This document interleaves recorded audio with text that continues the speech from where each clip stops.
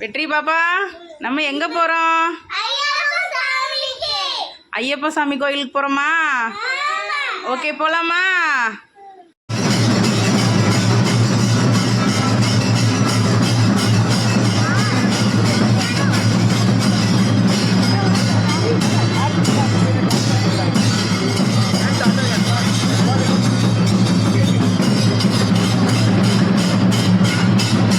இருமுடி எடுத்து எருவேலி வந்து ஒரு மனதாகி வேட்டை துள்ளி அருமை நண்பராம் அவரை தொழுது ஐயனின் அருமலை ஏறிடுவார் சுவாமியே.